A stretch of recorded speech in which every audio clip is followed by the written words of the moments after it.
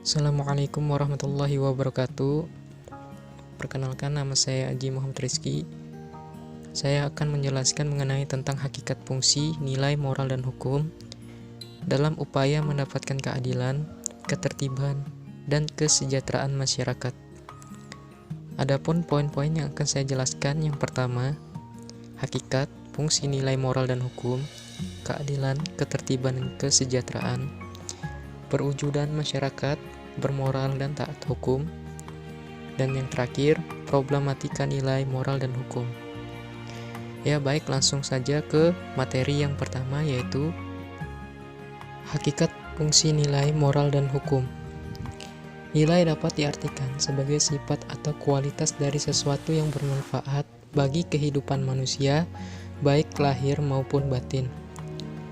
Bagi manusia, nilai dijadikan sebagai landasan, alasan, atau motivasi dalam bersikap dan bertingkah laku, baik disadari maupun tidak. Moral adalah perbuatan, tingkah laku, ucapan seseorang dalam berinteraksi dengan manusia apabila yang dilakukan seseorang itu sesuai dengan nilai rasa yang berlaku di masyarakat tersebut dan dapat diterima serta menyenangkan lingkungan masyarakatnya. Maka orang itu dinilai mempunyai moral yang baik, begitu juga sebaliknya. Jadi, moral adalah tata aturan norma-norma yang bersifat abstrak yang mengatur kehidupan manusia untuk melakukan perbuatan tertentu dan sebagai pengendali yang mengatur manusia untuk menjadi manusia yang baik. Hukum adalah sistem yang terpenting dalam pelaksanaan atas rangkaian kekuasaan kelembagaan dari bentuk penyalahgunaan kekuasaan dalam bidang politik, ekonomi, dan masyarakat dalam berbagai cara dan bertindak.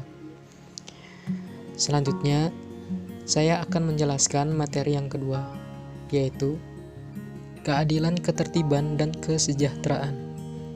Keadilan adalah pengakuan yang seimbang antara hak dan kewajiban.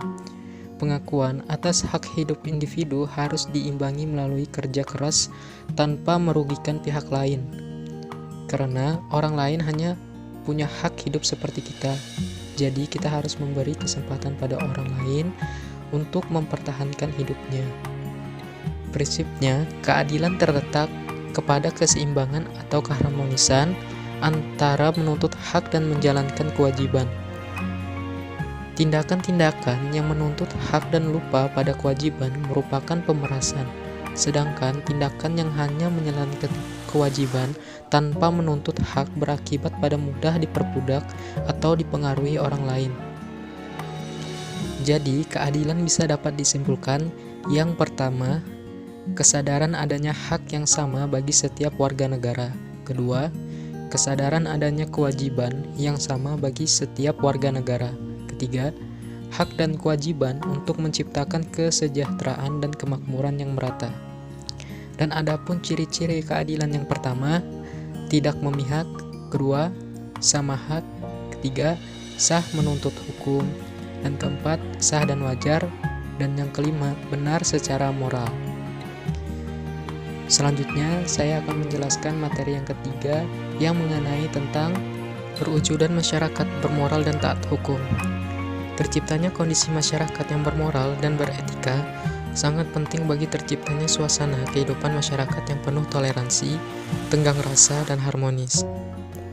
Di samping itu, kesadaran akan budaya memberikan arah bagi perwujudan identitas daerah yang sesuai dengan nilai-nilai leluhur budaya daerah dan menciptakan iklim kondusif dan harmonis sehingga nilai-nilai kearifan lokal akan mampu merespon modernisasi secara positif dan produktif sejalan dengan nilai-nilai kebangsaan. Ciri orang bermoral dan tidak bermoral adalah jika seseorang melakukan tindakan sesuai dengan nilai rasa dan budaya yang berlaku di tengah masyarakat tersebut dan dapat diterima dalam lingkungan kehidupan sesuai aturan yang berlaku, maka orang tersebut dinilai memiliki moral. Kata moral atau akhlak seringkali digunakan untuk menunjukkan pada suatu perilaku baik atau buruk, sopan santun, dan kesesuaiannya dengan nilai-nilai kehidupan pada seseorang.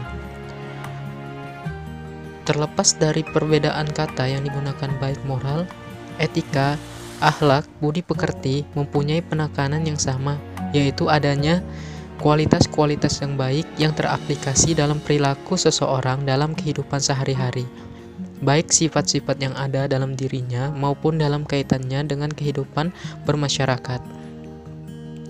Nilai baik sekaligus ciri manusia bermoral sebagai makhluk individu dapat dilihat dengan adanya perilaku seperti jujur, dapat dipercaya, adil, bertanggung jawab, dan lain-lain.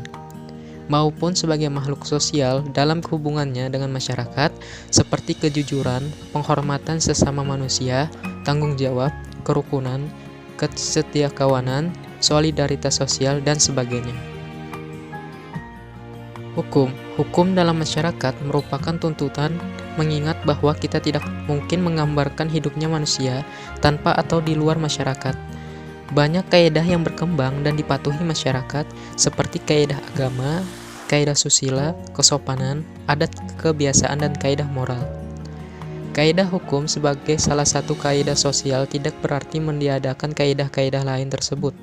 Bahkan, antara kaidah hukum dan kaidah lain saling berhubungan, yang satu memperkuat yang lainnya, meskipun ada kalanya kaidah hukum tidak sesuai atau tidak serasi dengan kaidah-kaidah tersebut. Selanjutnya, saya akan menjelaskan materi yang terakhir yang mengenai tentang problematika nilai, moral, dan hukum. Hukum sebagai norma harus didasarkan pada nilai moral. Apa artinya undang-undang jika tidak disertai moralitas? Norma moral adalah norma yang paling dasar. Norma moral menentukan bagaimana kita menilai seseorang. Suatu hukum yang bertentangan dengan norma moral kehilangan kekuatannya. Demikian kata Thomas Aquinas. Secara ideal, seharusnya manusia taat pada norma moral dan norma hukum yang tumbuh dan tercipta dalam hidup sebagai upaya mewujudkan kehidupan yang damai, aman, dan sejahtera. Namun, dalam kenyataannya, terjadi berbagai pelanggaran, baik terhadap norma moral maupun norma hukum. Pelanggaran norma moral merupakan suatu pelanggaran etik, sedangkan pelanggaran terhadap norma hukum merupakan suatu pelanggaran hukum. Problema hukum yang berlaku dewasa ini adalah masih rendahnya kesadaran hukum masyarakat. Akibatnya, banyak terjadi pelanggaran hukum. Bahkan, pada hal-hal kecil yang sesungguhnya tidak terlalu terjadi, misalnya, secara sengaja tidak membawa SIM dengan sengaja dengan alasan hanya untuk sementara waktu. Sekian penjelasan saya. Wassalamualaikum warahmatullahi wabarakatuh.